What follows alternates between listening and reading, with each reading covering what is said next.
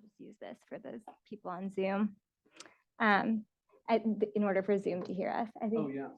You don't need to turn them on yet, but I'll show you after. All right. Zoom, ask questions as well? Or? Yeah, so I'll stand by the computer and yeah.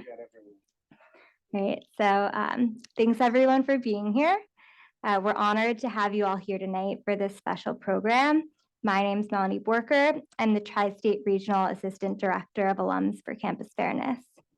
Tonight, we have the privilege of hearing from Shai Davidai, an Israeli professor at Columbia Business School.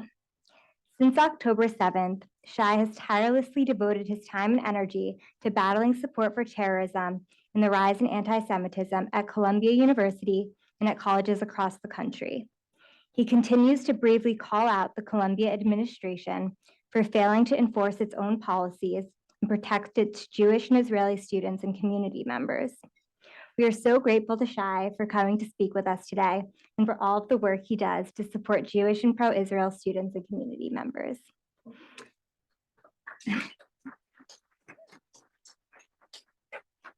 At ACF, we share Professor Davidai's commitment to defending Israel and humanity and supporting Israeli, Jewish, and Zionist individuals on campus from pro-terror student organizations.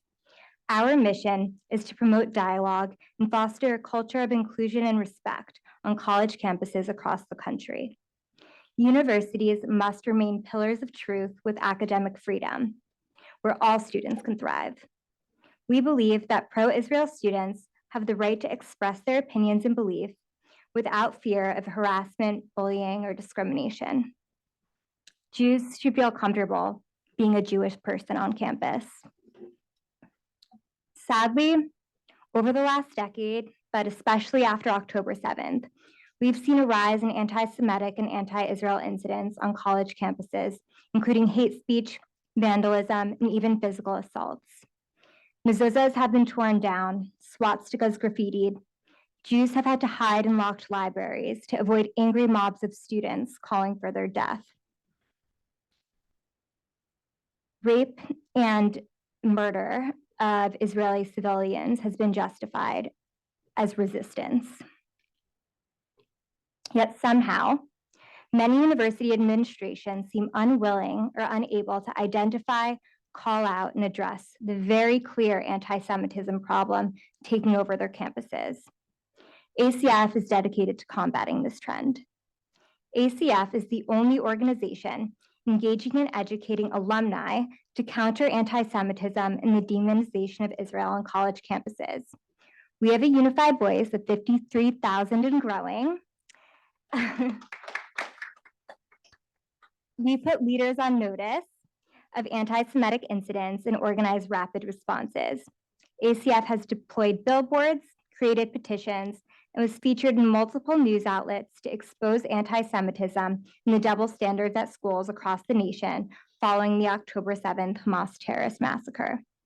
We believe that by harnessing the unique power of alumni, we can help build a better future for all students, regardless of their background or beliefs. We invite you to join us in this work, and we thank you for your support. Before we begin tonight's program, I'd like to take a moment to introduce Michael Mantel, our ACF Hunter College chapter leader, who's been instrumental in organizing tonight's event. Michael is a psychotherapist, educator, and the grandson of Holocaust survivors. In addition to leading our Hunter College chapter, Michael teaches modern Jewish history, facilitates a mitzvah project class, and serves as a board member of 3GNY, an organization that preserves the legacies and lessons of the Holocaust through educational programming.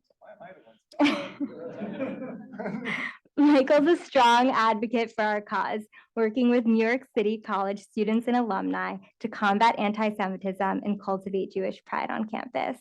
I want to thank Michael for helping us organize this amazing event. I know we'll find Professor Davidai's remarks both informative and inspiring. So now I'd like to invite Michael to lead tonight's discussion. So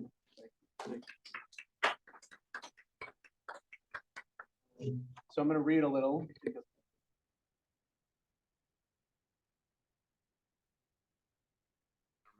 I said, my memory's not that good. Do I have to hold it or how we? be fine. If anyone can't hear me on Zoom, you'll let us know. All right. So before I introduce Shai Davidai, I want to thank Melanie and everyone at Alums for Campus Fairness, including everyone who helped set up, behind the scenes, tech and security. So we started the Alums for Campus Fairness Hunter College chapter a handful of months ago. It was just another iteration of combating anti-Semitism at CUNY Hunter College, my alma mater. And I've been joined by a handful of people who've been really wonderful, and some of them are here in this room. So I want to say thank you to the chapter leaders who are here with me. Some are also online, so thank you. Can I share your name? Jessica is here, Elise is downstairs, and we have a few other people who are on the Zoom, so thank you guys. Yeah. So this is our inaugurational event. So this is the first event that we're having as a Hunter College. No pressure. No pressure at all. No pressure at all. I mean, you've had a lot of pressure, so this is going to be nothing. So this will be hopefully gain momentum for all the things that we're hoping to do or looking to do, educational, social, and activism related. So this three-prong approach to combat anti-Semitism at CUNY Hunter College, the CUNY system, and in universities in New York City and hopefully around the country. So in addition to thanking ACF, I always have to thank my parents because they're amazing human beings. And I want to thank everyone for being here in person, on Zoom, and those watching this recording. And a very special thank you to Shai Davidai for agreeing to take the time to be with us tonight. So thank you. So I hope your family and friends and everyone's family and friends in Israel and in the diaspora are as healthy, safe, and well as possible. So welcome to this evening's program. Shai Davidai is an Israeli professor at Columbia Business School. He moved to the United States in 2010 to pursue a PhD in social psychology from Cornell University and has worked at Princeton University and the New School for Social Research. Ever since October 7th, Shai has been devoting his time and energy to battle support for terrorism and the rise of anti-Semitism at Columbia University and on college campuses around the country. I was wondering if we were going to do something more, asking some questions of Shai. Shai is very open to just starting and having this be an open forum for everyone here. And I'm a go with the flow kind of guy a lot of the time, and this being one of them. So I'm very open to do that. But before, I just wanted to say, when I told my parents about this event and that you, Shai, were gracious enough with your time to join us tonight, my father, who's not on social media, he told me enthusiastically, I posted his video on Facebook. So I want to say that even to those who still use an AOL email, you're a household name. So thanks for taking the time and for making my parents proud and for being here with all of us. So yeah. Thank you. Yeah. Can I say a few things before we start? By all means, please. All right. Of course. First of all, who we should really be grateful for her time is my wife, because she's the one that no one thinks about it, but like when I'm running around shouting, organizing rallies, talking with people, like my wife takes the burden of the household, the kids, which we used to be maybe not 50-50 but 60-40. And if there's one thing that I regret in the past few months is that I just feasibly cannot be more at home. So I always start with like saying a few things. And one thing that I always say is, whatever I say here, you can take a video, you can quote me, please quote me, accurately, but you can quote me, you can share it. I don't hide behind masks, keffiyehs, and sunglasses. I believe that when you speak the truth, you don't need to hide. So please feel free to do that. The other things you mentioned in the introduction, tirelessly. Hell no, I'm so tired. I am exhausted. It's been a year and it's only been 6 months. So, and then the last thing I said, because you mentioned, and something that I've been thinking about a lot, you mentioned, you used the term pro-terror student organizations. And when everything started, I felt like I was seeing something at Columbia and then in other schools that I just didn't have a word for. And you can't fight against something if you don't know what it is. And especially as a professor, as an academic, like it's so important for me to have clarity in what is the world, what's happening. And I knew I didn't want to say the name of the student organizations when I made that very initial video, because I didn't want to give them free advertisement. And my wife and I kept talking about this. I was like, Yarden, how do we call them? And then it kind of like came to me, these are student organizations that support terrorism. So that's when I started using the term pro-terror student organizations. And I think something amazing happens when we use the right terms. And I assume this happens a lot in psychotherapy. The moment you use the right term, things become clear. All of a sudden, isolated incidents are clearly not isolated and it's a pattern.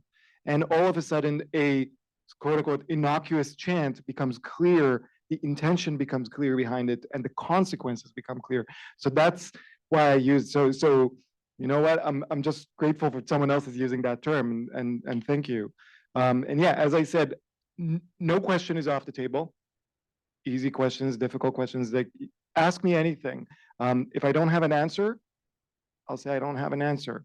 Or sometimes people ask me something, I say, look, I have this intellectual humility. I won't speak about something I don't know. But please speak whatever. Yeah, ask me whatever. Yeah, so we're happy to open it up to everyone, and also on Zoom. I think we had 200 and something people registered, so we might have a bunch of people having questions. I also have a few that some people asked while they registered. So yes, please. Sure, if you want to, I will go ahead and also bring the Q&A over. Hi, thank you so much for being here. I'm Arabella Pollock. I'm a professor at Hunter. Yeah, it's been a hard time. One of the things I'm interested in, though, is I'm not tenured. So how can I do my part on campus when my job is at risk? Yeah, great question. So just to be clear for people who may not understand. So universities are probably the only place in the world where once you have tenure, you can do whatever you want, spew whatever hatred you want, and can't be touched. That's why we have people at Columbia like Joseph Mossad, who on October 8th wrote that the massacre was awesome. And he wrote it on electronicintifada.com, and there's a picture of the Hamas armed brigades at the top. That's why we have people like Professor Catherine Franke at the law school, who said that every Israeli student who served in the IDF is a danger, and they cannot be touched because they are tenured. And the idea of tenure, the original idea of tenure, was creating a system that will allow professors to advance knowledge and become, and push the frontier of society, so without being worried about, minutia, academic minutia. What they're doing, but we're using it instead. These people they're abusing tenure to advance their indoctrination and brainwashing students. And by the way, and I can talk about this later, they are the real danger, not the student mobs, because the student mobs are going to graduate and get a mortgage and then realize that the world is not Marxist-Leninist, right? But in August, Joseph Mossad and Catherine Franke and Rashid Khalidi and Hamid Dabishi and all these other indoctrinators are going to get a new crop of students. We're going to get a new crop of first-year students, and this starts again. So they are the real problem. So that's the idea of tenure. But like you, Arabella, I'm not tenured. Which means that I'm probably in a few years unemployed. So hopefully Hunter gets me. But you're right. I mean, it's what you're describing is like what can I do when my livelihood is on the line, my career reputation is on the line, my career advancement is on the line.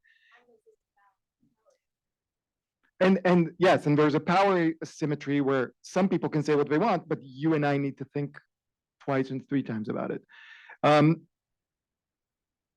I guess I'm not smart enough to not speak up. So that's why I spoke up. But there's things you can do. There's things you can do. And that's what I've been pushing everyone to. And I've been saying this, whatever you do, do. The only thing you shouldn't do is not act, right? Which means if you don't have to put your face out there like I have, you don't have to, stand up in a rally, but flood the university administrators with letters and handwritten letters, so they actually, care. Write op-eds. What are you a professor of, by the way? Business. Ah, like me.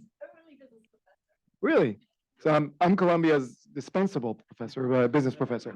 But noting, writing op-eds, using your credentials to write op-eds to the New York Post, New York Times not going to care, but but other news organizations, organizing things for students. One of the things that I find so incredible is whenever I don't go a lot to main campus, luckily my office is off of main campus, but when I do, most of the times when I go there, at least one Jewish student, and in the recent weeks, non-Jewish students actually come up to me and thank me. And I'm like, what are you thanking me for? You're the ones in the front line. I have an office, I go away home. But just having someone that they know they can come to and speak with and cry to is incredible for them. So this past Shabbat, I did something that I not necessarily proud of, but I skipped my family Shabbat dinner to go to the Chabad dinner and just have dinner with students, Jewish students from, and non-Jewish students that come from Columbia. And then a student said, hey, by the way, I'm going to another Shabbat dinner at Hillel after this. So I said, of course, I'll show up. So I came there and I saw like 300 Jewish students celebrating Jewish life, albeit in the basement, but we're celebrating Jewish life. And for them, just having someone come and say, hey, I'm faculty and I'm here to listen or hug consensually, but or tell you how I feel, like that's so much for them. That's so incredible for them. Other things you can do is, if you want to speak up and you're concerned, and you should be, because we're not playing on a level playing field. Like the people on the other side are vicious. They are vicious, and I can tell you about that as well. But if you do it in a group, 5, 6, 10 people, an organization of Jewish professors at CUNY, you don't even put your name, and write a letter to if CUNY has a newspaper, a student newspaper. Some professors at Columbia did that. They were writing to the Columbia Spectator, and and speaking up like that. So there's many different things that we can all do, but the one thing we cannot afford to do is nothing, because I have children. I think many of you have children, and if not, maybe you'll have children in the future. And we know that whatever happens, if this ends tomorrow or if this goes on for 5 years, whatever happens, this is going in the history books. And your kids will learn about this. And there will come a day that your kids will ask you, or grandkids, what did you do? What did you do? Right? Just like I asked my grandmother, who fled the communist regime in Romania, what was it like? What did you do? And I asked my paternal grandmother, who endured the siege on Jerusalem, how was it like? What did you do? And my grandfather, who was in the Paliyam, you want an answer. You don't want to tell them nothing, right? So whatever it is, whatever you do, just do something. There's no shame in doing small things, minor things, because you never know what's going to happen, right? One of my mantras in life has always been, whoever wants to meet you, you say yes, because you never know. In the past 6 months, it's become very complicated because a lot of people want to meet me, not me personally, but the message, right? But we have this saying in Judaism, like this idea, and I'm not a religious Jew, but I'm very strongly Jewish. We have this saying that whoever saves even one soul saves the entire world. You never know which soul you will affect. You never know which student will then go and become a senator, and change the entire world. So that's all of our responsibility. And I hope that you know by now, you ask a 20-second question, you get a 20-minute answer. So, but I'm here for all night if you want. So, yeah. Thank you. So in the introduction, we talked about how colleges are supposed to be pillars of truth and places for academic freedom. And unfortunately, that is the tug right now, because in the pursuit of quote unquote academic freedom, Israel is an apartheid state. Israel commits genocide. Israel is a settler nation, right? And these are not truths. This is the cancer that has been infected well before October 7th. It is metastasized on October 7th, right? So is it appealing to Congress to cut funding? Like, it's like teaching kids the sky is green when it is not. These are basic things that are just clearly not true. And it is the rot that is causing, I think, the anti-Semitism that we're seeing. And I don't really know what like you said, they're protected by tenure.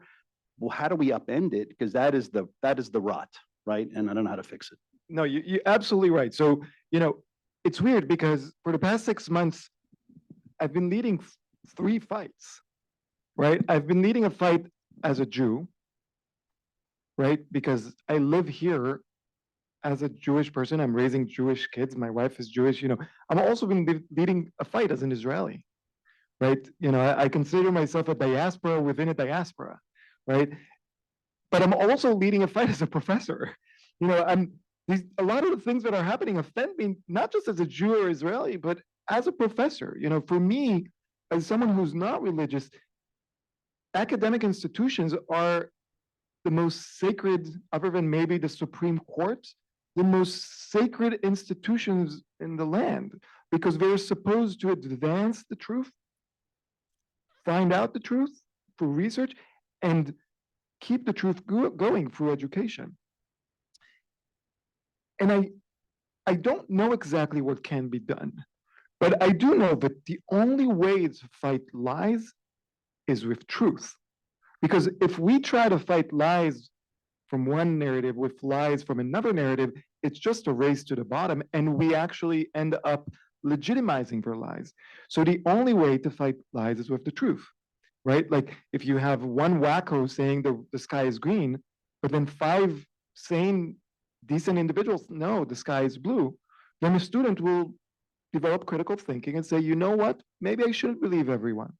But what these people have done is push out through decades, push out the sane and decent individuals, right? So if you go, for example, on the Middle Eastern Institute at Columbia, they have a website with all of the people there. The one narrative that is not represented is Israel, is a Zionist narrative. Now, I'm not saying it should be the only narrative on campuses, but it should be there, right? Last I checked, Israel is in the Middle East. And what ends up happening, because academia, and I assume there's some professors here, academia, maybe an unknown secret is we hire our own. We say we love diversity, but they use a very, very thin definition of diversity, of an important, by the way, definition of diversity, including race, gender, sexual orientation, sexual identity. Those are important aspects of diversity, and that's a hill I'm willing to die on. But they forgot that diversity of thought is what academia is all about, right? I'm not saying it's one or the other. We can have both. And when you go on campus, and if you all think about how you developed critical thinking, how were you taught critical thinking? Well, it wasn't one class where a professor told you, here's how you do critical thinking, right? It was at least 2 professors in 2 different classes who said opposing things. You said in one class, in maybe econ, and they said something about the free market ideology, and that was very compelling. And then you said at a different class, and a professor told you about the problems of free market ideology. You're like, that's also compelling. And then you sat in your dorm room or you had a drink with a friend and you talked about it. And you realize these are two truths. And you need to figure out what do you believe in? And you take the things that are compelling from each one. You cannot do that if you only hear one side of the story. And right now, if you enroll at Columbia University in the program for Middle Eastern Studies, you'll hear one side and you'll be indoctrinated in this one side. They are not academics, they're indoctrinators. And in fact, they will tell you, don't listen to the other side. They'll tell you when the other side says this, walk away, they're lying. So they don't want a discussion. I want a discussion. I want a student to talk. I don't teach Zionism, I teach negotiations, right? But I want a student that takes a class on Zionism and says, okay, this is interesting. I want them to also take a class that opposes Zionism and then sit down and think about it. But right now, we don't even have that. And I think that's the big problem. So in terms of what we can do, again, I don't want to go too long, but in these past 6 months, I've developed this three-pronged program for what we can do.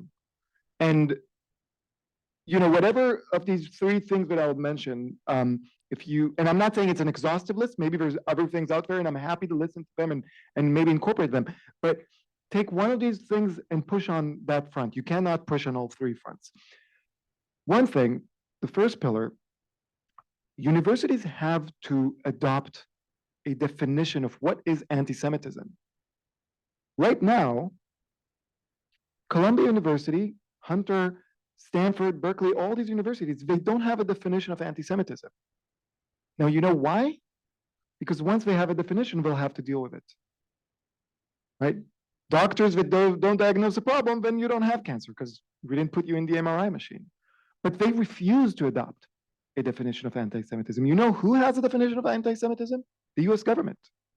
So what is good enough for the president of the United States of America is not good enough for the president of Columbia. Probably she thinks she's smarter than the president of the United States. It was adopted by Trump, by the way, but either way, it's been adopted. The IRA definition of anti-Semitism has been adopted by the United States, by Canada, by most Western countries, by thousands of institutions, not educational institutions, but companies around the United States, not by academic institutions. That's the first thing. We need to push them. And by the way, we need to push for the definition of anti-Semitism to be adopted from kindergarten. This is not just, I get the students when they're already radicalized. And, it doesn't start when you're 18. It starts in high school. Now we're seeing this starting maybe in middle school, festering in middle school. So we need every school, every educational institution in the United States to adopt a definition of anti-Semitism. That means that if you are on a school board, bring that up again and again and again. That means that if you have ties with politicians, say you know what? You shouldn't fund institutions that refuse to accept America's definition of anti-Semitism. They should go, fundraise in Qatar, which brings me to the second point. And the second point is, we don't know who's funding American universities. We don't know because they don't have to tell us. We have a thing in the United States called campaign finance reform. Because when you vote for someone, and it doesn't matter if it's state level or federal level or even mayoral level, when you vote for someone, you want to know on whose payroll they are. You want to know who's paying for them. And because we believe that transparency is important. Well, we need an education finance reform. We need to know exactly for each of these universities, how much money are they getting from foreign interference? Qatar, Russia, China. By the way, also from Israel. I'm not pushing one side narrative. If Israel is giving them money, I want to know about this. So we want to know how much money they're getting from Qatar. what institutions in Qatar? Because these governments, you have to remember, these dictatorial governments, they don't give in directly. They set up funds, they set up hedge funds, and then they give. We need to know. And we also need to know, what is this money earmarked for? Right? For specific programs, for specific buildings, for specific institutes. We need to know this. So this yesterday, I was at Cornell speaking at a rally, and I met a member of Congress. Actually, he gave me his card. I'll give him some free advertisement, but also hold him accountable. Marcus Molinaro, he's a member of Congress. He represents Syracuse in the area of Syracuse. And I told him, you need to pass legislation that every institution, he's in New York State, so every institution in New York that gets even 1 cent from federal funding or state funding needs to be 100% transparent of where, what other governments are paying you. I'm not even saying stop the funding. That's the next step.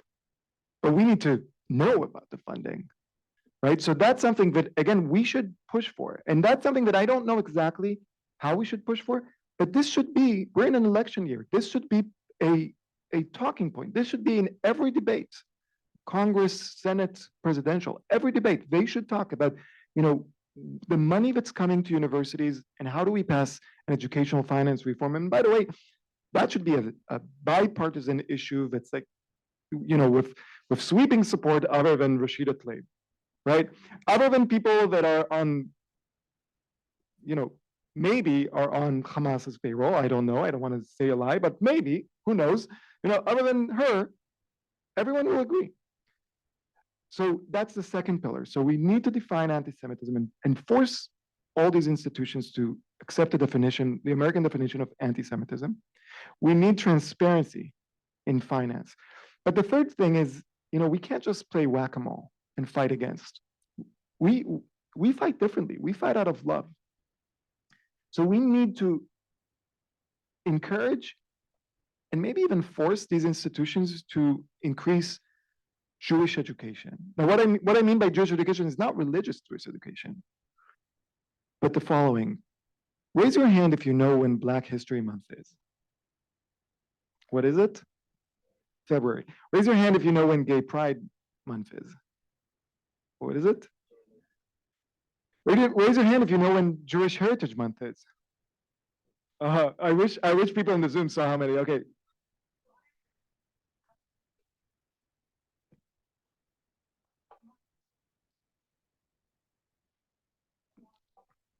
Right. The United States has a Jewish Heritage Month in May, 2 weeks from now. How many of you, when you went to public school or high school or college, celebrated Jewish Heritage Month? How many of you, when you went to Starbucks, you know, just like they see Black History Month, which is an important month, and I think it's an extremely important month when, you know, my son is not African American, but he gets to learn about that. Or when, you know, I don't know what my son's sexual preference is, but his parents are heterosexual, and yet he learns about gay pride. How many of you like go to any company, Coca-Cola, you know, and it's like for Jewish Heritage Month, we're highlighting like nothing. So we need to push from kindergarten all the way to PhDs, you know, an acknowledgement and celebration of Jewish Heritage Month. And I'm not saying celebrate Israel. I'll deal with that. Celebrate American Jewry, right? I'll give just a few examples. Harvey Milk. Everyone know who Harvey Milk was? The first openly gay elected official in the United States of America. Happens to be a Jew. Emma Lazarus. Anyone know Emma Lazarus? Right? Right? She wrote the New Colossus on the Statue of Liberty. A Jew and a Zionist. There's a great biography of her that I'm reading right now. Right? Jonah Salk. A Jew, went to a New York City public school. Roger and Hammerstein wrote the song White Christmas. Jews. Right? But, you know, people don't know this, which is so easy to vilify us and dehumanize us because they are not educated this. I'm not saying go and educate people about Israel, which I think we should, but that's a different thing. I'm saying celebrate American Jews. I am not an American. I hope one day to become an American. But my wife's American, my kids are American, my father-in-law and mother-in-law are American. There's a rich history.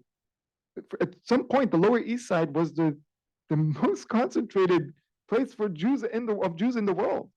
The fact that we don't celebrate that is a shanda, right? It's shame. So if you are, again, if you're part of a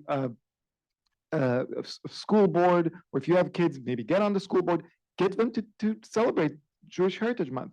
Now, there are websites where you can go and actually, like, they don't need to do the work. You can give them the materials. If you're if you work in HR in your company, just like you put posters for Black History Month and for Gay Pride and other important months, start putting posters for Jewish Heritage Month, right? Put our best face forward. Now, of course, Jewish history, like any other history, is not perfect. We're not a perfect people. No people are perfect. But we need to put, our face out there so people know. So that's long. 3 pillars. Let me just remind you: anti-Semitism definition, funding transparency, and Jewish Heritage Month. Yeah. So we'll keep on going. I know you have your hand. And then I told you we should do questions and answers because I answer. Yeah. table all of these. Hi, Shai. My daughter goes to Cornell, so I was watching the live stream yesterday. There was a live stream. Oh, yeah. I was not aware of that. Or Okay. it was through Instagram. Okay.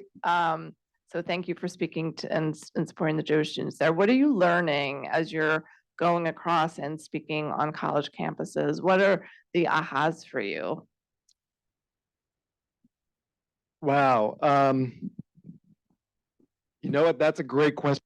I love that because I haven't been asked the question yet, so I need to think about it. So last week, on Wednesday, I went to SUNY Purchase, and it was a very interesting thing because I was 2 months ago, I was on a plane to a conference, Stand With Us conference, and a person next to me in the plane was the Hillel president of SUNY Purchase. And we got talking. She said, "Why don't you come?" And I said, "Of course. If you send me an Uber, I'll come." And I went to SUNY Purchase, and I'm used to speaking in rooms, when there's, like, Columbia has like a few thousand Jewish students and then many, many more Jewish professors, Israeli professors. Cornell has like thousands, right? SUNY Purchase has a few hundreds, and the ones that are outspoken are a few dozens. And I sat in the room, maybe 12 people there. And I realized something that I did not realize because I had the privilege living, in New York City, which is very high concentration of Jewish people. I didn't realize for them, they are an outpost. For them, just being an openly Jewish is an act of bravery. It's an act of defiance, right? I started wearing my Magen David since October 7th, and I wear it proudly, but also fearfully. But, pretty sure that wherever I go in New York City, there'll be someone else. They don't have that privilege. So I've learned that just the act of being Jewish in public is something that many, many students around the country are experiencing and having a big issue with, right? So I'm not even talking about the mezuzahs being torn down or students being verbally and physically assaulted, which is happening all around the country. And it's happening, and by the way, I've talked with high schoolers. It's happening in high schools. I'm talking about just the act of being Jewish, like wearing your yarmulke, and if you're a believer, wearing your dog tag or Magen David or Chai or whatever it is. To me, that's the most important lesson that I've learned. How privileged I am. The other thing is how much these students are yearning for adults to speak up. Now, of course, these students are adults, and I treat anyone above the age of 18 as adult, even if they're Jewish or if they are pro-Hamas, pro-Islamic Jihad organizer. Everyone's an adult.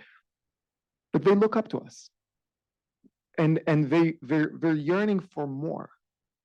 Right? Like that's why they come up to me, you know, and thank me. And I say, don't thank me. I'm just speaking up. I'm speaking my mind. But, you know, and they don't care about Shai Davidai, and they shouldn't care about Shai Davidai. I'm nothing. I'm just a person. I'm a shofar. I'm just an empty vessel.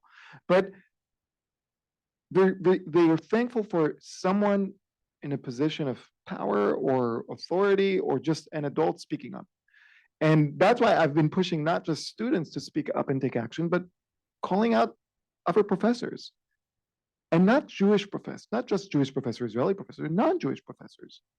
When you signed up to be an educator, you took on a responsibility. Just like I took on a responsibility to speak up for all students, not just Jewish students. Every student deserves safety and respect. Non-Jewish professors, right now, most of them are bailing on their responsibility. So I wish those weren't my lessons. I wish my lessons, you know, and I guess the other thing is that community is incredible. These students are forming incredible communities that I hope will last a lifetime.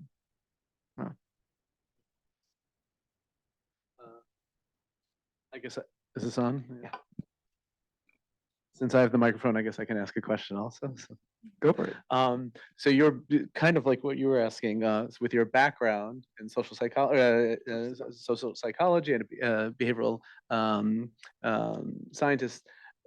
Was there anything that you said, I knew this was happening, or from your experiences before, were you kind of knew something was happening or surprised by other things from that background? I did not know. I did not see this coming. Most of us did not see this coming. There were a few canaries in the coal mine that saw this coming. Deborah Lipstadt wrote a book. Barry Weiss wrote a book. David Baddiel wrote a book about this. Great books. And I'm ashamed to say, I read Deborah Lipstadt's book 3 years ago or 2 years ago. And I was like, this is great, this is great, this is great. Then I get to the chapter on campus says, this is BS. And I blame myself. And I think many of us should be blaming ourselves because we didn't heed the call. Because honestly, many of us did not want to see. We did not want to see when Dave Chappelle went on an anti-Semitic rant on SNL and no one said a word. If they said a word, it was, what a genius. We didn't want to, we didn't want to heed the call when Kanye West went, ballistic and hating on the Jews, and people are like, oh, he's just bipolar. Bipolar is a big issue and should be treated, but that's not an excuse for being anti-Semitic. We didn't heed the call when they chanted in Charlottesville, Jews will not replace us. Or, they said, oh, it's just MAGA. Or when the Tree of Life shooting happens, oh, it's just one crazy lone wolf. These were not isolated incidents, but we wanted to believe that they are. So we didn't want to see, so we didn't see it. But what I'm working on is to make sure that now that we've seen it, we will never unsee it. And if that's my life project, that will be it. Making sure that no one forgets. At the same time, since everything erupted, a lot of my training, my education in social psychology helps me understand what is happening. So for example, we've known since the 1970s that people are more vicious and uninhibited when they wear a mask. There's a lot of research from the 1970s, social psychological research. Right. You're viciously opposed to COVID. And yeah, there's all the things that are happening online. But what are we seeing right now in these protests on campuses and today in New York City? And I can talk about that because that's what I was dealing with before coming here. Masked protesters calling for the death of Jews, of Israel, and of the United States of America. Well, why are they allowed to protest with masks on? Because during COVID, there were laws on the books in New York State, in California State, many other states, saying you cannot protest with a mask on. But during COVID, because that's restriction on our free speech, those laws were repealed. We need those laws back, because this is what happens when people have free speech, but also no consequences. I'm all for free speech. I'm not for impunity. Free speech doesn't mean freedom from consequences, freedom from accountability. So that's something we learn from social psychology. The other thing that we know from social psychology is people listen to individuals with authority, regardless of if that authority is valid, if it's actually, it should be respected, right? When someone is on TV and it says, and they wear a white coat and they look like a doctor, and then it says not a doctor, but we listen to them because they look like a doctor. Well, when someone like Joseph Mossad tells his students that Zionists should not exist and we should, that they're the root of all of the world's evil, then they listen to him because he's a PhD. It doesn't matter that he's got his PhD at Columbia and then started teaching at Columbia. By the way, you know which academics tend to teach in the institutions where they got their PhD? Those that didn't get any job anywhere else. Like, I would, you don't get to teach where you got a PhD unless you go somewhere else first. Only if you're an indoctrinator. So there's all these things that we know about how individuals work, how groups work, how mobs work. There's all this knowledge out there. And they are misusing this knowledge to create what we're seeing now, this violent rhetoric and, unfortunately, actual violence. Can I also ask you another question? You ask them, I don't yeah. know. Is that all right? Be So, lynched no. by the mob, not me. Just really quickly, because you're talking about the work that you do, on your website, there was a page about the research against contemporary and traditional anti-Semitism. So is that okay if I ask you just? Let me. Yeah, sure. Because it's one of the things that I'm actually embarrassed of. Sometime around December, early January, I felt so overwhelmed with all the hate that I was seeing. And I wanted to make something constructive. And I said, I'm an academic, and there's almost no research out there about the oldest prejudice in the world, anti-Semitism. As an academic, that troubles me. Like, we need more knowledge. So I thought of, let's start this network of researchers, and I call it REACT, researchers, what is it? Researchers Against Contemporary and Traditional Anti-Semitism. And I got a group of people, but then I just can't find the time. And at some point I had to tell one of the people, can you take this on? I'm so sorry that I'm dropping this on you. So I don't know where it stands, because, between fighting anti-Semitism and actual terrorism on campus and, going around and speaking with students and parents and grandparents and being a parent myself and, and taking care of my kids and family, that's one thing that I need to get to it. And I'm embarrassed that I haven't yet, but yeah. I think they say you can start something, you don't have to finish it, so that's okay. No, that's not in my family. Well, the only reason why I ask is because I went to Hunter College, clinical social work, and one of the problems is not just the professors and what they say in the classroom, but the choices of the reading materials that they choose. And that's why I ask you, because there's very little on a discussion of anti-Semitism within social sciences, et cetera. So if you're in the social sciences, or someone in the social sciences, psychology, sociology, economics, political science, urge them to study anti-Semitism so we can teach the students. Right now, like, there's some work on anti-Semitism in history, in literature, but not in the social sciences. So that's a problem. Thank you. Yeah. So It's all right. I'm going to work my way back. If that's all right, we'll do that. Hi. I went to Duke University for undergrad, and about 2 years ago, they started a Jewish alumni affinity group. So I'm trying to get involved in leadership there. Do you have any advice for what groups like that can be doing now? Yeah. So after October 7th, Columbia alumni, they organized a Columbia Jewish Alumni Association. They wrote an op-ed for Columbia Spectator, the first of its kind, written just by alumni about what's happening. They circulate petitions, they email the administration. But personally, for me, they have just been a blessing. You know, they have been so immensely supportive. And when they see something vicious happening online, they reach out to me and send me their love and their prayers and asking, like, you don't realize how much that is meaningful.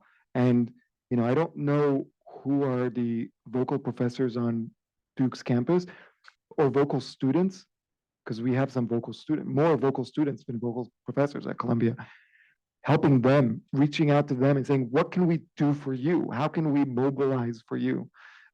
That's very big. Another thing, one of the alumni from Columbia started the two things. He started Flip Your Diploma campaign, which you saw, amazing. Asaf Shelley created this, just like to show the university, like, we're still here. We love Columbia, but we're fighting the administration. And the other thing he started was the $1 pledge.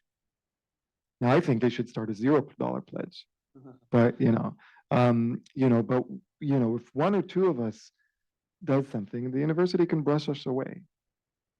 But if 1,000 or 2,000 of us write the exact same message to Columbia or to Duke on the giving day, it's not giving day, it's taking day. They take our money, they don't give anything back. So telling them, I think that can make an impact. Another thing is, I don't want to name him. Maybe he wants to be named, but I won't make the decision for him. One of the organizers for the Columbia Jewish Association, Alumni Association, has been very active with his network to get the Wall Street Journal to write about what was happening at Columbia, and it was a huge article that helped us cancel the reappointment of an anti-Semitic professor. Right? I couldn't do this. A, I don't have the time, and B, I don't have the network. Right? Alumni, you probably know people in the media, in the local media, and in Raleigh, in North Carolina. You're more likely to know politicians. You're more likely to know the trustees, the big donors. Right? 6 months I've been talking about this. Not even a single trustee reached out to me from Columbia. You'd think that they would reach out even to say, hey, stop. Nothing. Maybe they have lawyers telling them not to. I don't know. Maybe they think I'm some sort of monster. None of them. I mean, the president hasn't reached out to me. She never replies to my emails, but whatever. You have that connection. Now, I would love for someone who gave $150 million to Columbia and their name is on the building to be like, hey, beautiful name on the building. You know what's in the building? Hamas propaganda. Just let's get coffee for 30 minutes. I'll let you know, and then you make your decision. You want to support Hamas? That's on you. That's your money. I'm not going to tell you what to do with your money. But the fact that they won't even speak with me, but they will speak with alumni. So two things. This is a great time to mention again, we're here with alums for Campus Fairness. I'm a layperson who said I want to get involved because of some of the work that I was doing. I experienced anti-Semitism at CUNY Hunter College over 20 years ago when I was undergrad, and then again in my grad program. Why did I go back? It was inexpensive. Otherwise, I had probably not many better options. But I experienced that, and I knew it was happening, and I got involved. There were some now alumni who were then current students in 2021. I connected with them and we wrote and initiated a Title VI complaint against the university, which is now in an open investigation at Hunter College. So as an alum, that's something that I was able to do. But to just bring this back to Alums for Campus Fairness, an incredible organization. I don't work for them, so I guess I can do this shameless plug. I just said, hey, I want to know more about you and what can I do? So I just met with a few people and we started a chapter, CUNY Hunter College, had some people show up, and we're having this incredible event. And hopefully, again, this will lead to more things happening to connect alumni with students, because as you said, we are now hopefully secure in our jobs. We have different positions throughout the country and different fields that we can offer that assistance to. I always thought students, but also professors. It's an excellent point, and faculty. So yeah, I think that's an. And I'll add one thing, is, again, my point is, it doesn't only have to be a whack-a-mole reaction to what's happening. It can also be proactive Jewish excellence, right? So one thing that I'm hoping for, and I've talked with some of the Jewish alumni, to doing what do they call it? The weekend, reunion weekend. Have a Jewish event for the Jewish alumni, right? Get to know each other and invite the students that are currently there to be with the Jewish alumni. Create that feeling, that network. And by the way, so maybe I should, so I don't forget to say this later. On Wednesday morning, the president of Columbia is finally going to testify in front of Congress. And well, and honestly, to be completely honest, I don't care what she says. It's not personal for me. I don't care if she loses her job or not. I care that she does her job. If she can stay and do her job, great. If she can't, clear the space. Someone else would love your 7-figure salary to actually do your job. So on Wednesday afternoon, 5:30, we're organizing a rally outside of Columbia. Well, I said we. It's End Jew Hatred is organizing the rally.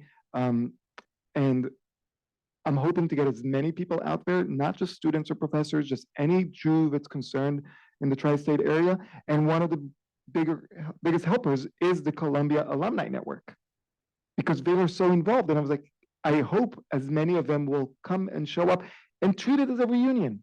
Come meet your friends, come meet other new Jewish people that you didn't know, and show the world in a peacefully, non-violent manner how we rally rather than they protest. Bring Israeli flags and American flags, because the only time they bring an American flag is when they burn it.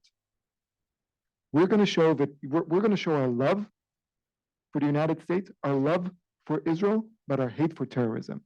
So if any of you can come, bring a friend, and and move, keep that going, I think that would be great. Yeah. So let me see. We had some hands raised, but now they're down. I'll come here. By the way, I promise I'll answer every question. Even if the time's up, I'll stay and I'll answer all your questions. So it's an honor to meet you, Professor. Shai. Okay. Okay, I'm fine. I'm a graduate of both of the New York City hotbeds, New York University for my bachelor's and Teachers College for the master's. You didn't know what anti-Semitism was when I went to school. So far, I have written an email to the Board of Trustees of New York University complete with citations from articles and links to various articles. I did not put their feet to the fire. I threw them in head first. I have looked at what I could find about what NYU receives from Qatar, Saudi Arabia. The only numbers that I'm coming up with, and we can't verify them because they give contracts, there's all kinds of underhanded stuff. It's about 120 million. That's what I have found. I cannot cite this as a fair source. Columbia also gives contracts and all of this stuff, so you don't have a number. You cannot get a number. But I am also right now working as a substitute teacher in the New York City school system. Don't envy me this job. We are up against something called diversity, equity, and inclusion. We are also up against critical race theory. This has been going on for what people tell me is 20 years. I speak individually to teachers of every race, every background, and they all say DEI is a disaster, but we can't get, how do we dismantle it? And it must be dismantled. You also talk about how wild and crazy these kids are. Well, in school right now, there is something called restorative justice, where all you do is sit down with some administrator who's probably overpaid and talk about your problems, and you get, there is no direct punishment for anything. So the kids are getting away with murder. Okay, so the question is, how do you approach DEI and CRT and this social justice resolution of problems? How do we do this? Okay, so I'm glad you asked because I'm glad you asked. And by the way, I want to say, my view is different than yours, I think. And it's okay. We can disagree on certain things. And that's an important part of this. And right, so the idea of DEI in its pure sense is a great idea. I really do think. Because when you ask people, what do you think of DEI? They're like, I hate DEI. What do you think about diversity, equity, and inclusion? Oh, there's nothing wrong with diversity. There's nothing wrong with equity. There's nothing wrong with inclusion. DEI has become the name of the programs that are faulty. So I try to understand what happened from the idea in its pure sense that's actually incredible to its, what we're seeing now. Because if I'm very, very worried that we will throw away the baby with the bathwater. Because I look around here and I see a lot of Jews, and they are not being treated fairly by DEI. But I also see a lot of women. And if we do away with DEI, your lives will be worse, not better. And there's a lot of Jewish LGBTQ individuals. And if we do away with DEI, their lives will be very difficult. And there are a lot of Jewish Black Americans. And if we do away with DEI, their lives will be horrible. So I'm thinking, how do we improve DEI? And it might, just like when you you renovate your house, you think, oh, it's just the kitchen, and then you start, and it's like, oh no, the foundations are horrible. Maybe the foundations are problematic and we need to completely rehaul it, but we need to have that. Because what we're seeing now, the idea of DEI is that diversity is important, equity is important, and inclusion is important. Right now, they're failing on the inclusion, right? And they're failing specifically the group that doesn't have a diversity problem. We are not underrepresented, doesn't have an equity problem. We are not underpaid, but we're excluded. And that's what they're failing us. So the idea at its pure sense is great. But what happened was that some, I'll call them radicals, with the radical ideology have taken over DEI. And their ideology is this ideology of oppression Olympics, that all different groups in society can be ordered by, this idea of oppressor and oppressed. And if you are oppressed, then you obviously can't do anything wrong because you're not an oppressor. And if you're an oppressor, then you cannot be a victim, right? That's why they think Hamas can never do anything wrong because they're oppressed. And 9-month-old Kfir Bibas, he's not an innocent baby that was kidnapped into Gaza because he's an oppressor. It's a demented mentality. But what they did is they created this oppression Olympics. They put some groups at the very bottom. They put the white heterosexual Christian male at the very top. Right? And by the way, in society, in American society, white people are privileged in many ways. Men, as a male, I can say, we are privileged in many ways. That doesn't mean that we can't be suffering in other ways, right? Lower class white heterosexual Christians are still lower class and they suffer from an unequal system. And then they saw the Jews. And they didn't know where to put the Jews.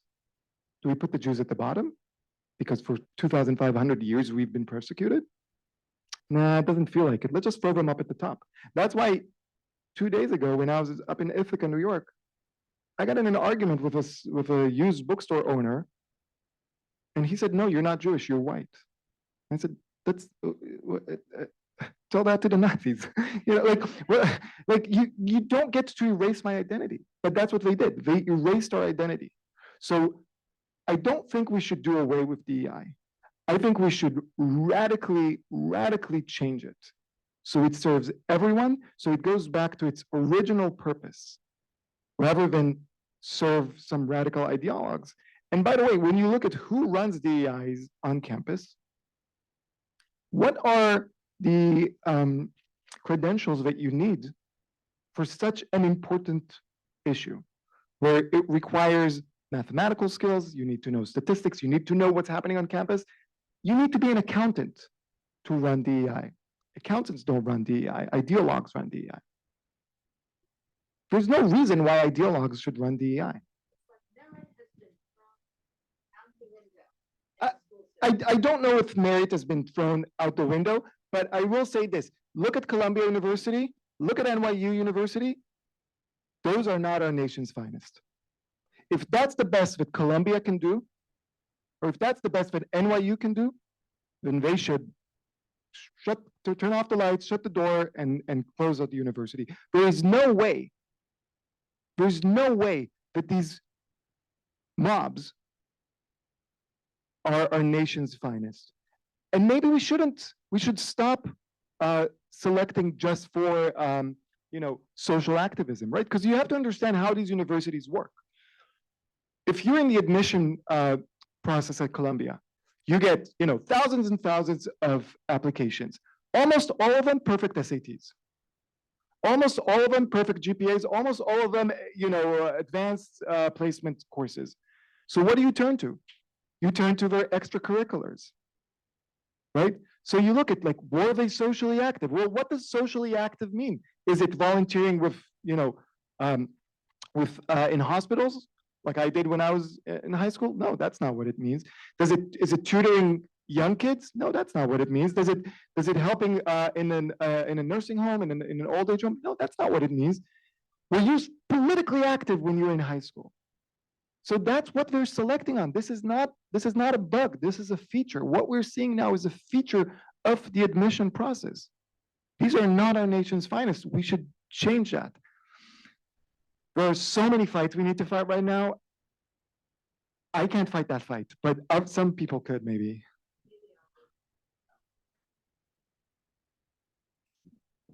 Thank you. So I'm also from Hunter and now at the central office at CUNY. So I have two perspectives. And one of the things during the toughest days after October 7th was this idea that our public safety director shared that, in a school of 30,000 students, 29,500 just want to take classes and go on about their life. And that this is a sort of very large 500-person group. And that may be true, although I defer to you if you think that. I didn't have student interaction. I was on the administration side. But I wonder that when we talk about this sort of, even if it's a minority group on campus, they certainly have a lot of power and they're very, very, very loud. And so one of the things I always think about is that, it's a lot of, and a former comment sort of spoke to this, what we need is Jewish allies on campus, because there's never going to be enough Jews anywhere that's going to make a difference in terms of being powerful in numbers. And so I've thought, and what I've tried to do in large part is to try to create these allies, and I have not always been successful, and not with critical people on senior staff. In my organization have I been successful, much to what you were speaking to earlier. So for Jews on campus right now who are trying to not only support each other, how do we support our students, each other, but also co-opt non-Jewish people to help? Yeah, that's a great question. So I have always hated the word ally before October 7th, because when I march for women's rights, I march not as an ally, but as someone who that concerns me. Right? After October 7th, I despise that word because allyship is a two-way street. And I was there, and I will still be there, by the way.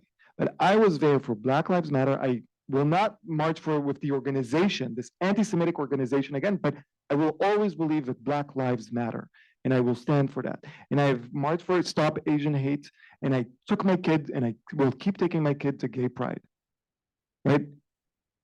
And we were just dropped cold. So I've stopped using the word allies and started using the word friends. But when you have friends, it's a smaller circle. And you're absolutely right. We cannot do this on our own. We are outnumbered. But what we can do is make the world understand that this is not a Jewish problem. Like you said, 99% of the students want to study. They are being screwed over by a violent, small and growing, but for now, small mob. I don't know how much it costs to go to Hunter. It costs $80,000 to go to Columbia. You can calculate the amount of money that you pay per hour. And when they interrupt your class, they took away hundreds of dollars from, not from you, from your parents. That is not a Jewish problem. But bigger than that, and this is what I'm really concerned about. Earlier today, there was a day of disruption all over the country. A few incredible students from Columbia, brave, courageous Jewish students who have been talking with and working with and interacting with, are not my students, went to the protest downtown with American flags. Not with Israel flag, with American flag. One of them got his flag burnt. And they told me, look, we're going to send you some videos. You have to watch these videos and make them public. And they sent me the most horrific videos, and I've been doing this for 6 months, the most horrific videos of people chanting death to the USA, of people saying we should burn it all down, that burn all the American flags down. They are not against, they are against Israel and the Jews, but that's a symptom. They're against Western values, right? That's why they share a bed with Hamas, Hezbollah, Houthis, and Iran. It's the axis of resistance. I've been speaking about this for 6 months, and I've told, and you know, we all say like, oh, I've told you this. I actually have the receipts because I've said this in interviews, that you will see Iran will end up attacking Israel and the students will side with Iran. And that's exactly what happened over the weekend. As I was spending Saturday constantly refreshing the Israeli news to see what's happening and talking with my parents and my brother, and who's on alert because he might go to reserve, and all my friends who are shielding their kids and their kids are sleeping in the bomb shelter. Like, as I'm doing that, I'm seeing on the, what I call Students for Jihad in Palestine, like their social media, them excusing Iran, celebrating Iran. This is not Israel's problem. This is America's problem. And you know, I'm not going to ask how many people here in the room are Jews, but I guess the majority here. The fact that this doesn't trouble every American, not every Jewish American, every American, is a problem. And that's what we should do. That's why, you know, and that's why when I talk about the hostages, right now there are 3 US citizens that are hostages. Forget for a second the extra 130 Israeli citizens, 3 US citizens that are held hostage for more than 6 months. And the organization that is holding them is being cheered on Columbia's campus. And Hamas is denying those 3 citizens their inalienable right for life, liberty, and the pursuit of happiness. This is not a Jewish problem. This is not an Israeli problem. This is an American problem. And that's why we need, and that's why I keep telling everyone, you hear me speak, you agree with something, don't tell your Jewish friend. Your Jewish friend knows. Tell your non-Jewish friends. Text this to your friend who lives in Milwaukee, in Cincinnati, in Austin, Texas, somewhere, in middle America, and let them know what's happening on the coast. Because this will not end with Israel. It's not, already we're seeing, it's not going to end with Israel.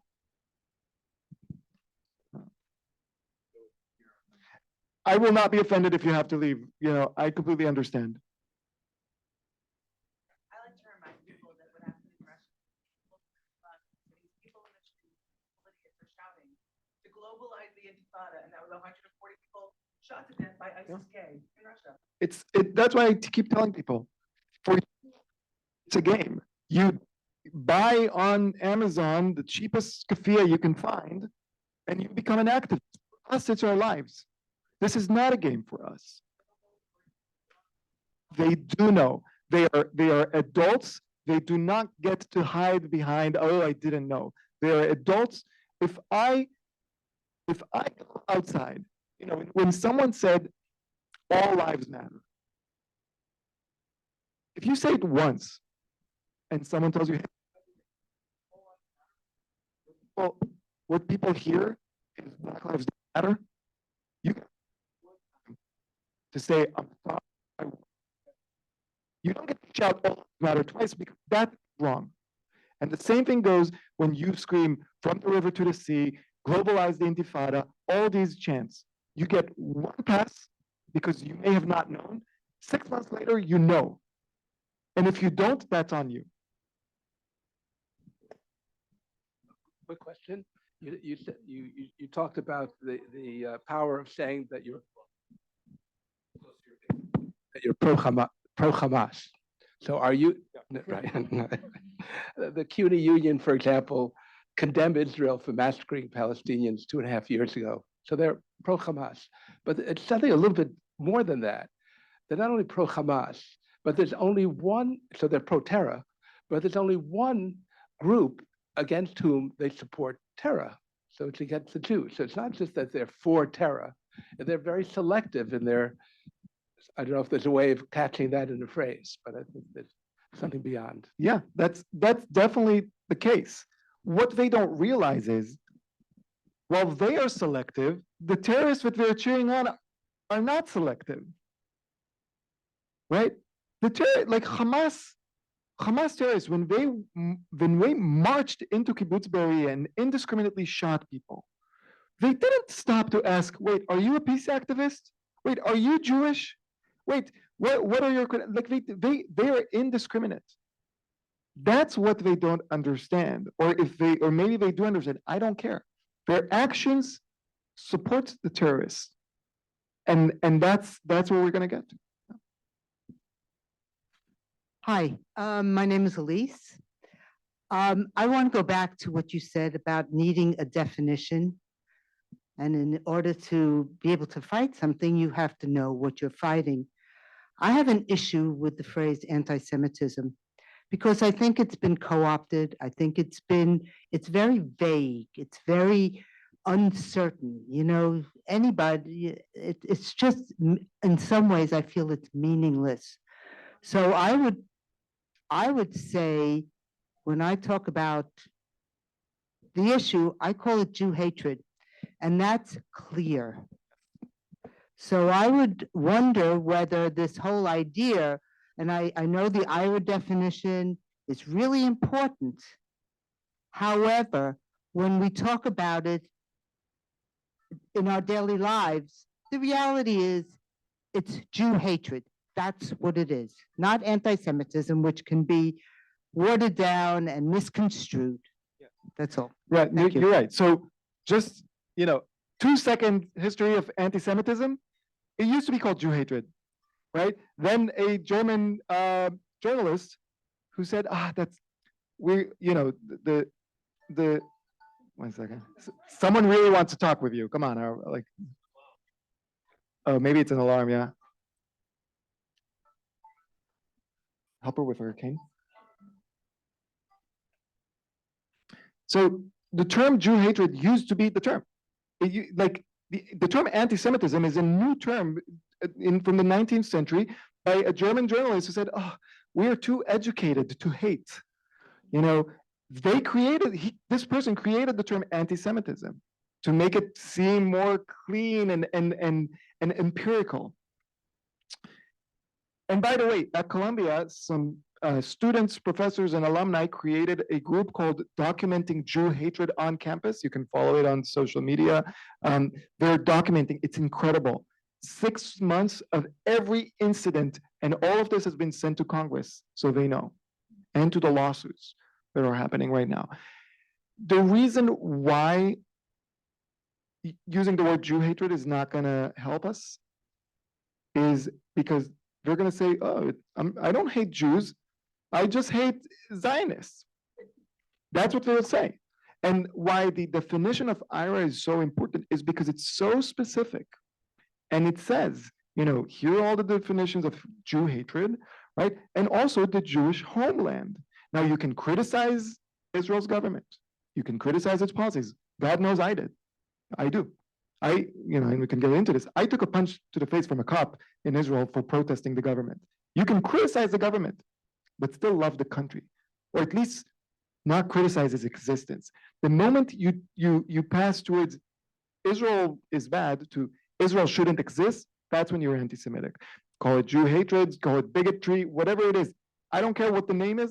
That should be, the line that will not be crossed, right? Because how many of you are critical, with a show of hands, of the US government, of something it's done? How many of you think the US should not exist?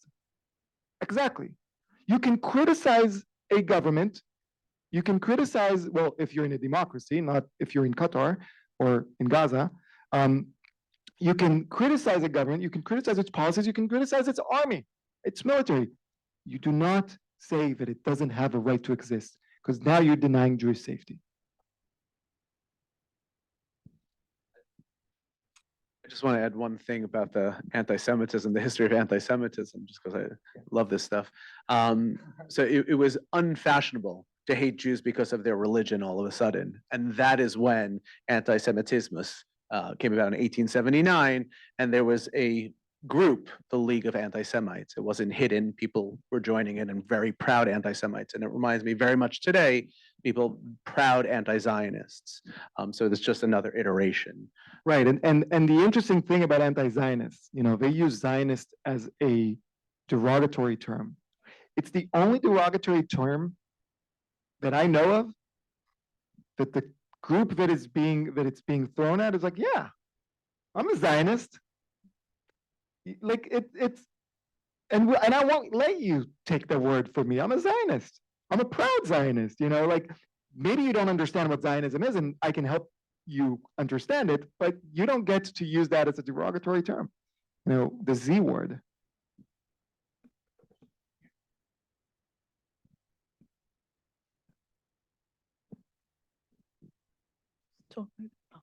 I found that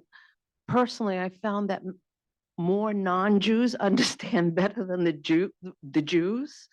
And a lot of the non-Jews tell me they can't believe that so many of the Jews don't get it. There's an interesting man who was a professor in Italy, this Francisco Gil White.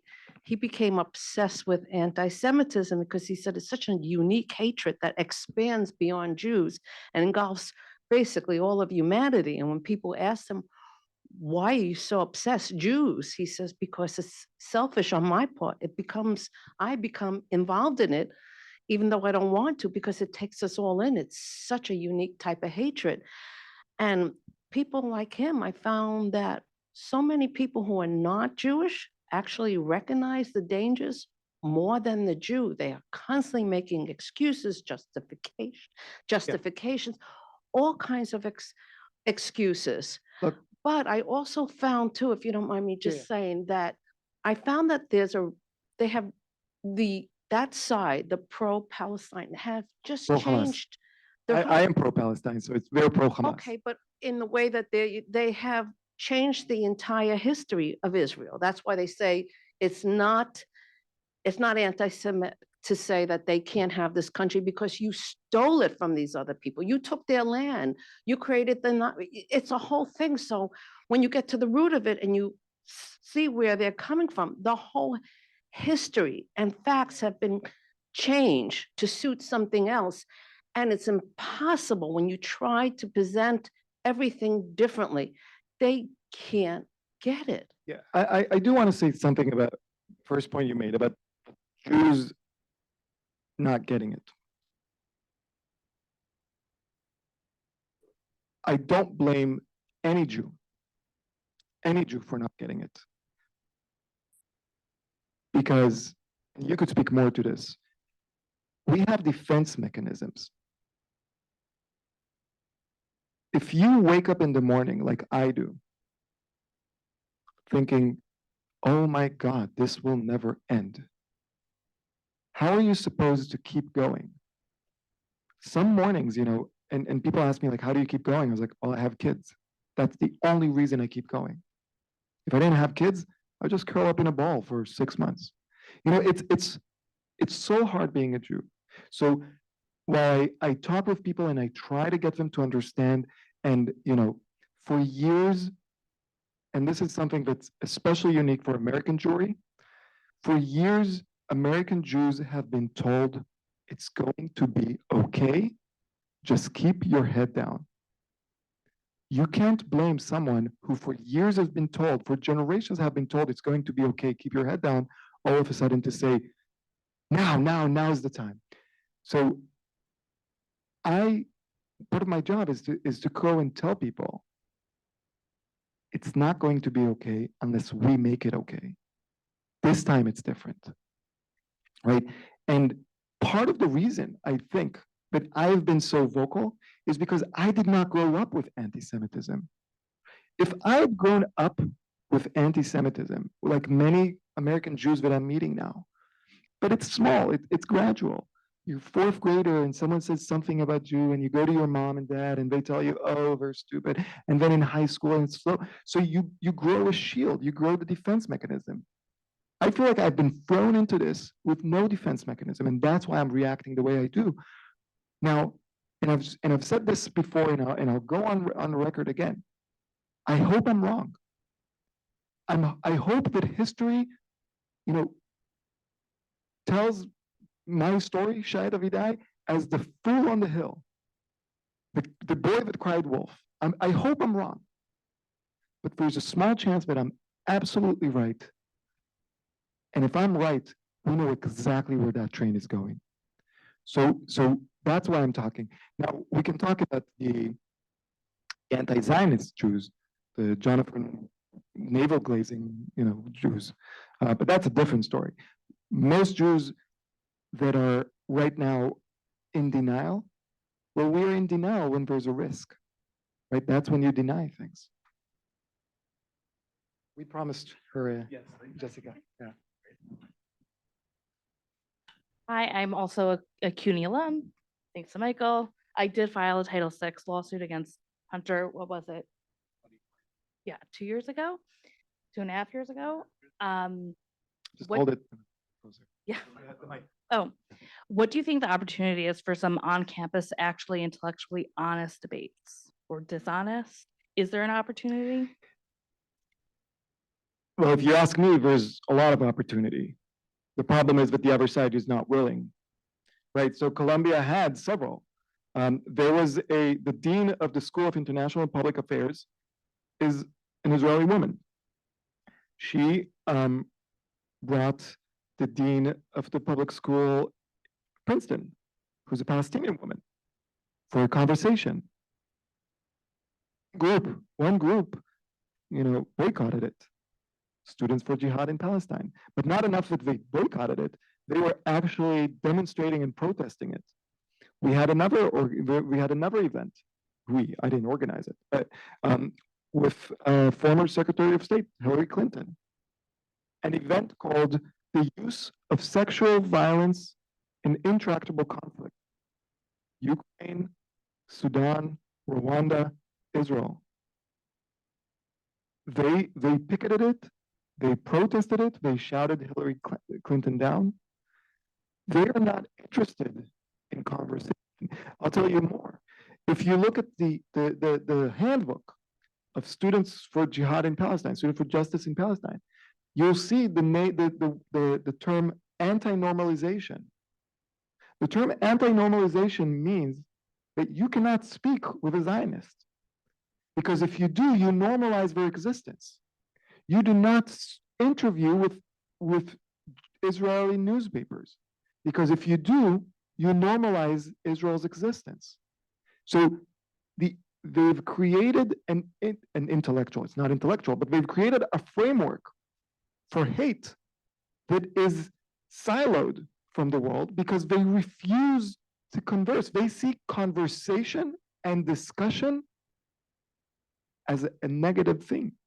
That is the opposite of academia. I just want to share this. So there were a couple recently anti-Israel, anti-Semitic programs at CUNY Hunter College. I tried to attend one of them, wasn't able to, but it was that documentary, this new documentary film, which was just not good. The quality, Israelism. Oh. I actually ended up seeing it, very benign.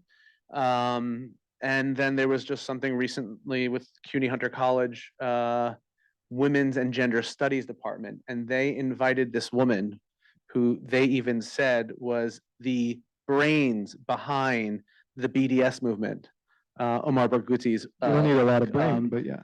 Omar Barghouti's Omar Barghouti's cousin. So, and I'm in the room. And so two things. Number one, I asked if anyone else wanted to come with me. No one wanted to come. I understand why. But for me, it's so important to be there to hear what's going on. But also, I want to engage. And most people don't. And there was this young man. I say young because I'm not as young anymore. and he just said a few comments that it feels like there's a lot of hatred here. There's an us versus them. Pretty benign statements. And so they asked, where are you from? What's your background? Tell us a little bit about yourself. And then they got to the crux of it. And he said, I just don't think that Jews are going anywhere, Palestinians are going anywhere, Israel's going anywhere, Palestine's going anywhere, he says. And he proceeded and they said, okay, let's move to the next person. And then he says, do you believe that rape is resistance? And all of a sudden, people just started shutting him down by calling misogynist and all these other words, and he couldn't have a conversation. So I know sometimes there's a time and place for these conversations, but it seems like there was not a time or place for his question even. So I'm just noticing that it's so hard.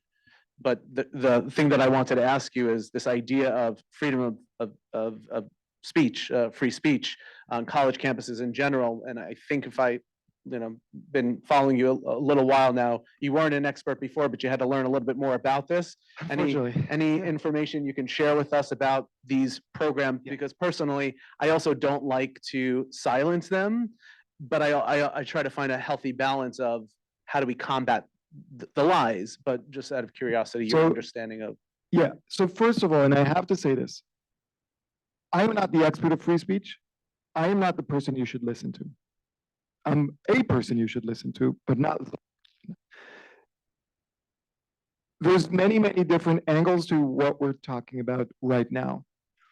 But the important thing, and I can go into details, but the important thing is freedom of speech is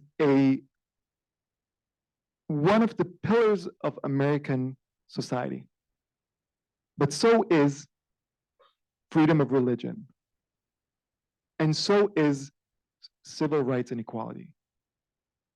Right now, one group is getting freedom of speech at the expense of other groups' speech, because we see who is getting shouted down on campuses, and it's only Jews and their supporters.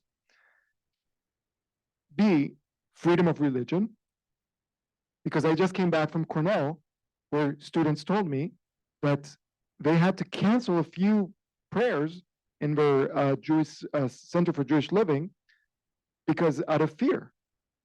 Now, I'm not a religious person, But if someone wants to be religious, and I don't care what kind of religion, you need to have that freedom. But the most important thing for me personally is civil rights. Because right now, every group has freedom of speech on campuses except one. Because we know exactly what would have happened if these kind of protests and chants were targeted at any other ethnic group or any other religious group. So that is why the lawsuit that Columbia is facing and the lawsuit that Harvard is facing and many other schools are going to face are lawsuits that are grounded in the civil rights rulings of 1964. This is a civil rights issue. This is our civil rights moment. And that's the important thing. Now, maybe again, this is because I didn't grow up in the US. So I truly believe as someone who's learning the US culture, I've been here for 14 years, but I'm learning it. And I hope to keep learning as I grow. The US has a problem, a real problem, that there's not a belief in freedom of speech, there's a fetish of freedom of speech. There's a fetish. Every American I've spoken with, from the left or from the right, they say, oh, if we don't have freedom of speech, we won't have democracy. And I was like, have you ever been to any other democracy in the world? Go anywhere in Western Europe. Go to Latin America. Go to Scandinavia. Go to Israel. Those are strong democracies. Maybe not as strong as the US, but strong democracies. And they have free speech. But there are a few things that you can't say, or a few boundaries, that's it. Now, I don't know where the boundaries should be. I don't know if they should be very narrow or very broad. I think broad, but we should have a boundary, because when you don't set boundaries, what you get is free shouting, not free speech. You get free violence. And I'm sorry, and I won't apologize for this. I don't think Hitler should have had free speech. Prove me wrong. And I don't think, of what we know now, at some point, the Nazi party should have been stopped and say, this is too far. And I think what we're seeing now is the modern version of the Hitler Youth. I've gotten, a lot of flack for saying this, but I'm not saying they are like this Hitler Youth. I'm saying they are the Hitler Youth. This is the modern version. Look at how they engage. Look at their structure.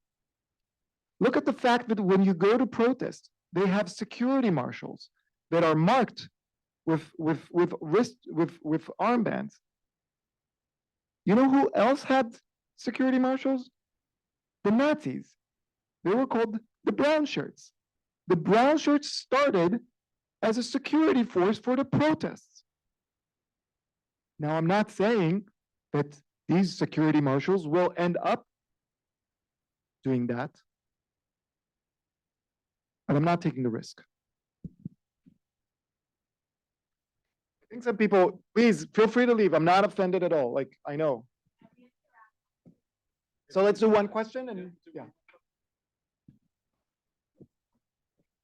Listen, I'm just as upset about anti-Semitism, about what's going on as everybody else, but I'm less young than you, and I'd like to add a little historical perspective. When I was in college, maybe not so much me, but everybody was marching, everybody was burning American flags, everybody was shutting down speakers. Okay, I've discussed this a lot with people my age. What we all say is, well, we were right and they're wrong. But there were professors at Columbia who thought the anti-war students were acting like Nazis. As I say, I'm just as upset as everybody else. But I think that, I don't know, I can just speak from New York. I don't know what's going on at Cornell. I know something about what's going on at Columbia. I live in the neighborhood. I used to teach at Columbia. I went to school at Columbia. I think a lot of people really exaggerate. I don't believe in crying wolf. I don't believe in McCarthyism. I do believe in free speech. Jews are about approximately 2% of the population. I don't necessarily think that out of 12 months, one should be celebrating Jews. It's, we feel we're very important. I feel we're very important, but we're only 2% of the population. I'm not disagreeing with anything that's said here. I'm just trying to add some perspective No, to it. that's first of all, so you made 2 points. I want to respond to 2 of them because great points.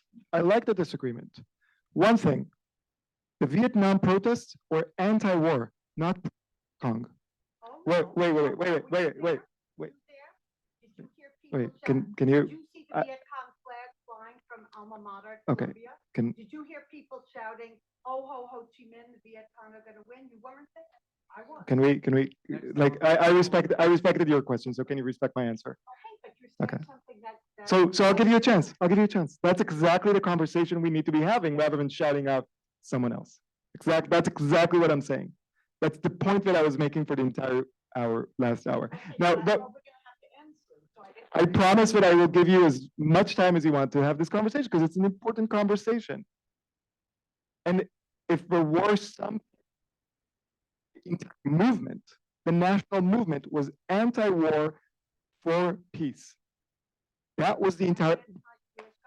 An anti-US government. Well, if you know the answer, then I don't need to respond. I've been waiting to speak, and I'm going to have to stop speaking in 2 minutes. And some of the stuff you're saying. Here, no, let's do this.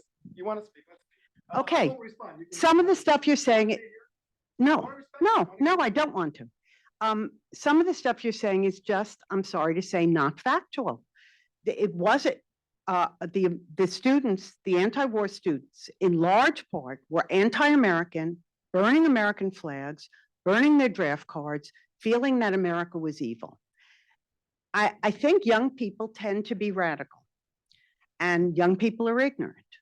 And we were just as ignorant as these kids. We might have been right, but we were just as ignorant. There were. Okay. Okay. No, I want to speak. You've been speaking now for, I don't know how long. I'm gonna hire you for the next talk. But We'll bring you. and if you think that was all peace and love and that all the older people approved of us, you just don't know what happened. No, there were professors at Columbia who were calling us Nazis. And I'm very upset about what's going on now, but I don't think we should exaggerate. And I don't think, I'm upset about all the things that everybody's upset about, but there's some historical perspective here that's not being represented. Can I now speak? Sure. Do you promise to let me speak or? No, I need. I think you're being obnoxious. Okay, go ahead, talk. Okay. I don't mean to be obnoxious. I also want this to remain respectful. No, it's fine. It's fine. I've been waiting to speak, and as soon as I start to speak, he starts interrupting me. Okay.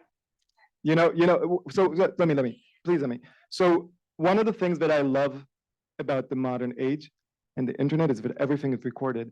And when you go home, 1 second, and go home and watch the recording, if you do, you'll notice that you asked a question, I remained silent, I got the mic, I started speaking, and you spoke, and you shouted me down. That's why I care so much about the truth, because the truth matters. So I understand what you're saying. There's a few differences that I have to make sure that at least, if you don't agree, at least let me say this. You did not see in the Vietnam era protesters clad in Viet Cong uniform. Can I? Not Viet Cong uniform, but. All right, so someone asked, Don't tell me what I okay, saw. I know what I saw. so someone asked about having a discussion and a conversation. Hard to have a conversation. It's hard to have a conversation. It's Look, hard to have a conversation when somebody tells you what your experience was. It's okay. You don't know and you So, okay. So please let me. I'm also a professor. So, okay, you saw, no one else saw. Okay, well, you can't tell me. Yes, you know what? I respectfully ask you to listen, or at least if not listen, let the other people listen. Because if not, then you're proving my point. You're exactly proving my point that if someone disagrees with you, you shout them down. So no, I'm not gonna call on you now. This is not a class. And when you, thank you very much, everyone. I really appreciate your time. So much. Thank you. We're gonna be, I'll end on a positive note. I'll end on a positive, yeah. I just want to say something because I hate ending like this because I respect differences in opinion.